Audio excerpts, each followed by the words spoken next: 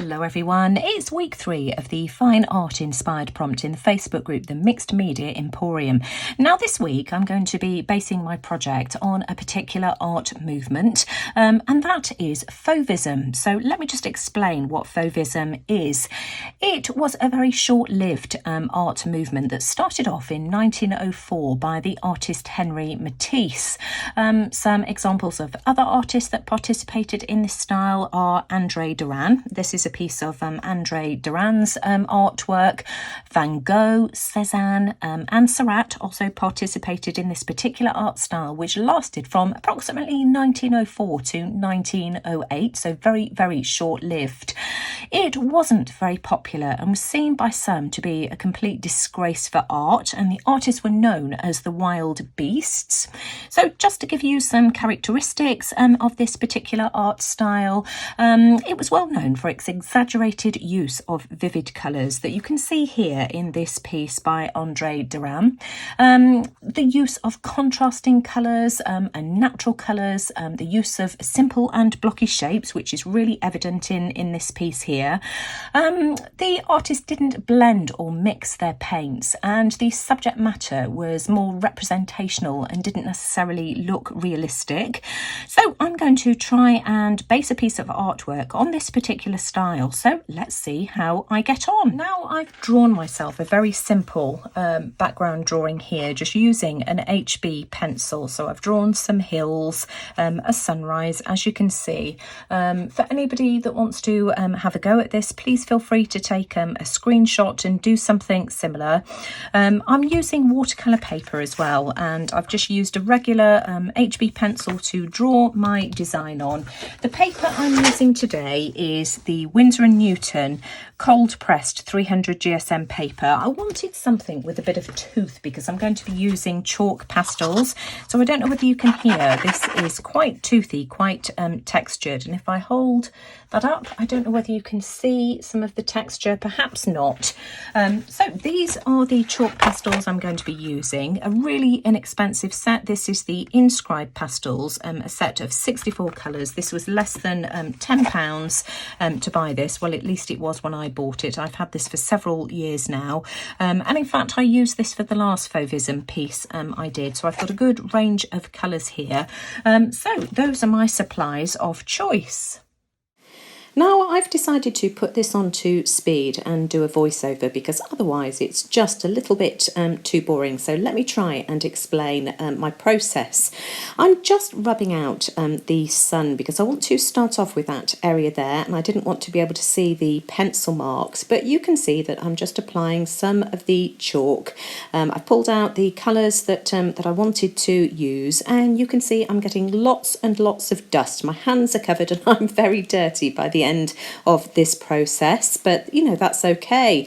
Now you can see I'm masking off my sun, and I'm just using the Scotch removable glue stick to do that, and that's just so that I can do the rest of the background without getting any of the rest of the chalk over my sun. So that does the trick. So I'm just adding the remainders of my colours that I want to use for the sky at the top. I'm pressing quite hard with these chalk pastels, being really vigorous about it, but you know, just trying to really choose some vivid, bright colours that are not really typical of a sky at all, but I think they're in keeping with the Fauvist look. So that's the first layer down, and you can see that I tapped off the excess dust, and I'm just blending those chalk pastels with my finger and tapping it off again. And then I'm back in for my second layer, and I'm just playing around with this now until, you know, I get the look that is pleasing to my eye.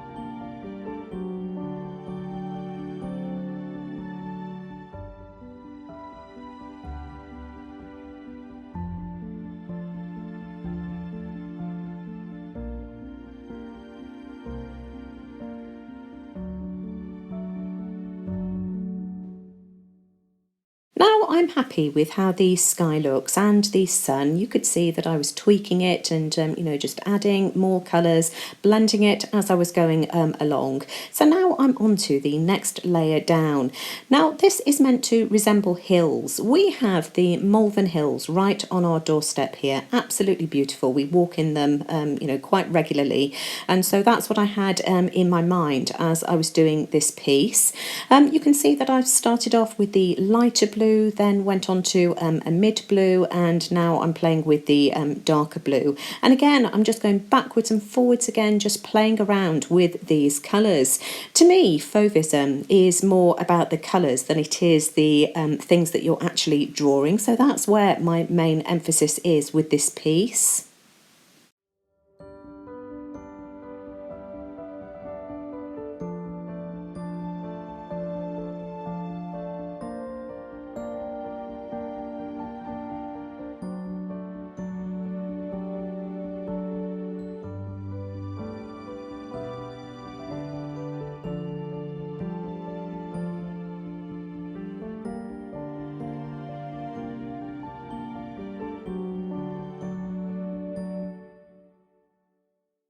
You can see that chalk is very, very messy, so I've got some baby wipes and plenty of kitchen towel at the ready just to keep wiping my hands as I go along. Adding some purple here as well, just playing around with the shades. Now the next two areas are the ones that give me the most trouble, just because halfway through colouring this I suddenly decided that I didn't want it as two separate levels.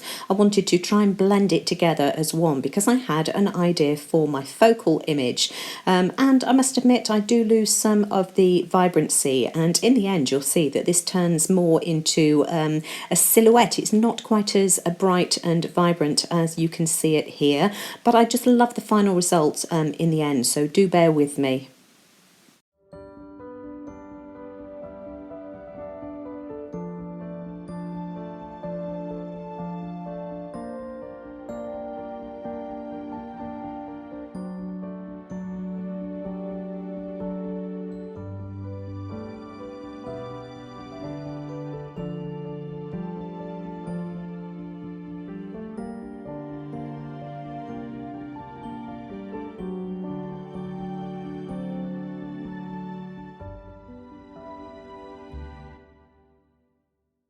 Now it's at this point here that I decide that I'm not happy with these two levels, and in a second you'll see that it's completely changed. I think I just played with this off camera until I got the look that I was after. I then sprayed it with some spray fixative, and you'll see in a second when I come back. Here we go. Now it's much darker. When you spray fixative over these, which you'll need to do with chalk pastels because otherwise it's just going to lift off, it does darken it. I used Frisk spray fixative. I'll show you what the bottle looks like at the end of the video, but it has darkened the tones, which is a shame, but it all turns out well in the end. So now I'm just trying to draw the illusion of some trees in the background. That's what I'm doing on the left. I love the speckles that I've got on the right because that looks like lights from houses in the background. So I really like how that looks. Now a good tip for you, if you just want to add touches of colour, you can actually scrape your chalk pastels using an X-Acto knife like I'm doing here.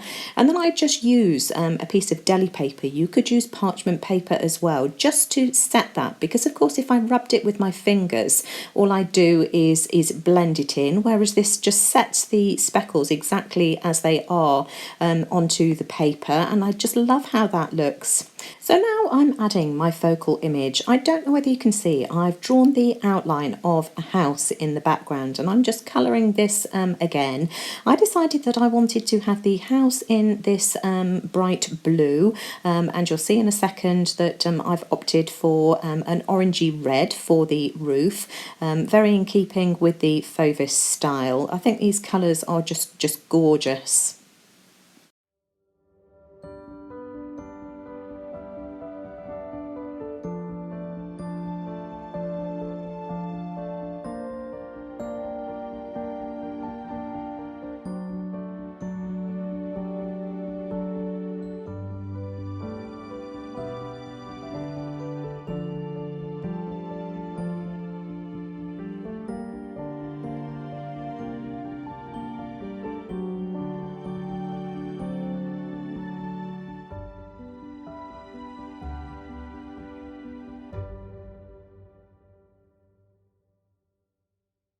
Now you can see that some of my pastels have got a bit grubby and contaminated. It's really easy to clean them. As you could see, all I did there was just rub it on the paper towel, and it gets rid of any dirt. So now I'm working on the doors and the windows, just using this darker blue here. I'm also adding a little bit of shading.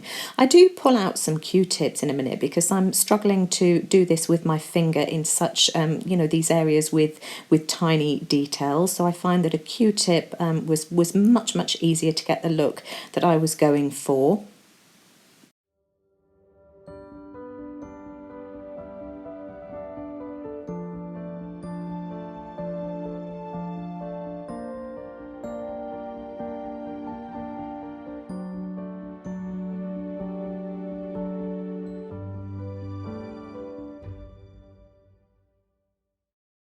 Just showing you how dirty my hands are. Yes, chalk pastels are very messy, but very easy to clean up as well, just with soap and water. Now you could see I was using that light pink pastel there, just to give the illusion of some lights on the hills. And now I'm using a Stabilo All pencil just to add some additional highlights and to define certain areas. And again, you'll see that the Q-tip comes in really handy to soften some of those lines.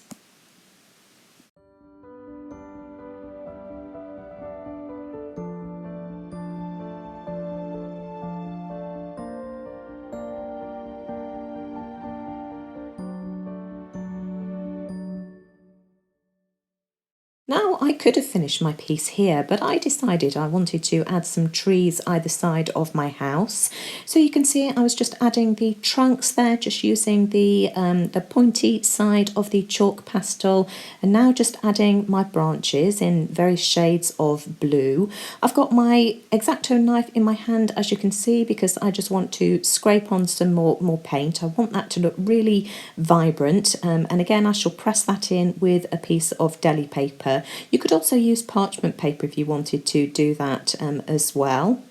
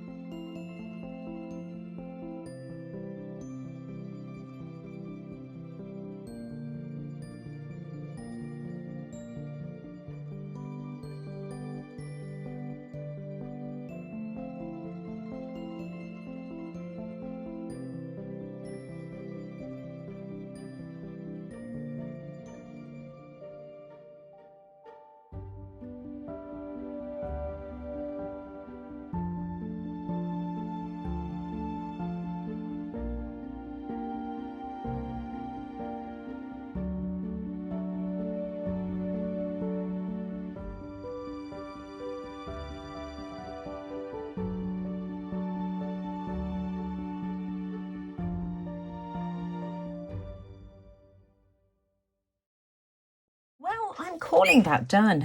As you can see, I've tweaked it a little bit. I've added some more of the pastel to the house and to the sun, just to bring back some vibrancy. Every time I use the spray fixatives, it dulled down the colour. This was the spray fixative I used. I used Frisk, which is a pastel fixative, and I wasn't really very happy with it. I do have some Rust-Oleum Crystal Clear, and if anybody can offer me some advice as to whether that would be a better fixative to use, then I'd appreciate your comments below. So I haven't sealed this. I'm terrified to dull down the colours. I even thought about the possibility of using clear gesso, putting a coat of clear gesso on the jelly plate and maybe using that. But as I say, if anybody can offer some advice, then, you know, please do. Now, I did mention that I'd tried my hand at Fauvism before. This was the first piece I tried. This was for the prompt we had in the Facebook group about 3 years ago. I think it was art movements. So this was my take on Fauvism back then. Let me just show you the two together. So that's today's one. They do go quite well, don't they? I don't know where I'm going to put this one here just yet. We also had a pointillism prompt. So this was my take on pointillism. I'll leave links to all of these videos for you in the description box below. Just, you know, for anybody who might be interested in going and taking a look. I can't remember what the prompt for this one was, but I think it might have been faces, but I chose Modigliani. I'm quite proud of this. Although I didn't get the shape of her face quite right, it needed to be just that little bit wider at the bottom. I got the elongated features right, I think. But, you know, for somebody who has an absolute fear of drawing, I was quite proud of this. And then this was my Klimt inspired piece. So as I say, I'll leave links in the description box below. If you've enjoyed my video today, as always, I'd really appreciate a thumbs up. Do let me know what you think in the comments below. Don't forget to go and check out Kylie and Olmet's videos this week as well, because no doubt they've done a completely different take on the prompt. You'll find the links to their videos in the description box below. And for anybody who wants to follow along with this prompt, I'll leave the link to the Facebook group in the description box below. But most importantly, thanks for watching. Take care, everyone, and I'll see you all again soon. Bye for now.